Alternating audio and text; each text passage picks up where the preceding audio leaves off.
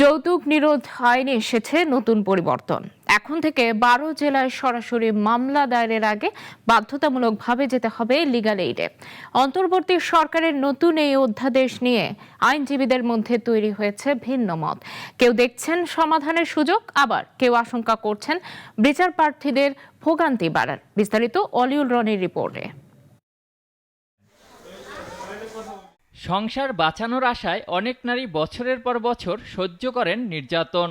কখনো টাকার দাবি, কখনো স্বর্ণালংকার কিংবা সম্পদের চাপ। যৌতুক যেন এক নীরব আতঙ্ক। কখনো নিঃশব্দ এ দীর্ঘশ্বাস হয়ে ওঠে আদালতের কাঠগড়ায় দাঁড়ানো এক নারীর করুণ আর্তনাদ।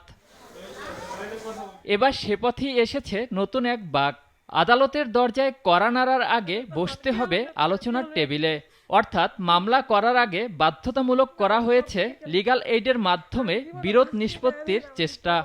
সরকারের আইনগত সহায়তা প্রধান আইন 2000-কে সংশোধন করে নতুন অধ্যাদেশ 2025 প্রণয়ন করে অন্তর্বর্তী সরকার। তাদের জীবনে শান্তি ফিরিয়ে আনতে আমরা প্রচেষ্টা অব্যাহত রাখব। এ উদ্যোগ কি ভাঙা পরিবারে ফের জ্বালাবে সহমর্মিতার প্রদীপ, নাকি বিচার প্রার্থীদের পথকে করবে আরও দীর্ঘ ও ক্লান্তিকর? এ নিয়ে আইনজীবীদের রয়েছে ভিন্ন সুর। আদালতের বাহিরে সমঝোতার সুযোগ বাড়লে কমতে পারে অপ্রয়োজনীয় মামলা এবং সংসারকে দিতে পারে দ্বিতীয় সুযোগ। সেই সাথে মামলার চাপ কমবে বলেও মত এই আইনজীবীর। মামলার প্রক্রিয়াটাই এত দীর্ঘ যে 1 বছর শুধু দেখা যাচ্ছে যে মামলা বদলি হতেই চলে যাচ্ছে।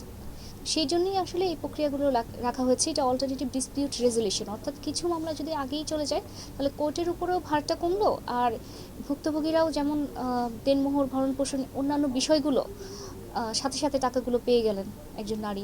তবে নতুন এ সংশোধনী ভুক্তভোগীকে দীর্ঘ সময়ের গোলকদাদায় ফেলার পাশাপাশি ন্যায় বিচার নিয়েও আশঙ্কা এ আইনজীবীর। আজকে আধুনিক স্যাটেলাইট ডিসেন্ট্রালাইজের যুগে আপনি আবার সেই মানদাতার আমলে চলে যাবেন, এতে বিচার ব্যবস্থা বিঘ্নিত হবে, ন্যায় বিচার থেকে মানুষ বঞ্চিত হবে। কিন্তু সরকারের আইনগত সহায়তা প্রধান আইন 2000-কে সংশোধন নয়, এটিকে পুরোপুরি বাতিল করে যুগোপযোগী আইন প্রণয়নের দাবি সিনিয়র এ আইনজীবীর।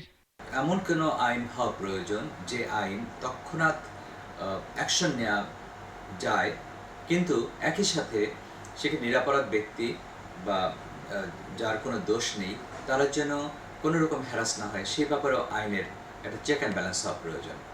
এ সংশোধনী যৌতুক বিরোধী আইনকে আরও কার্যকর করবে নাকি বিচার প্রক্রিয়াকে আরও জটিল করবে, বিতর্ক এখন সেখানেই। তবে সবাই একমত, যৌতুক নামের সামাজিক অভিশাপ থামাতে প্রয়োজন আইনের পাশাপাশি সচেতনতা ও মানবিক মূল্যবোধের।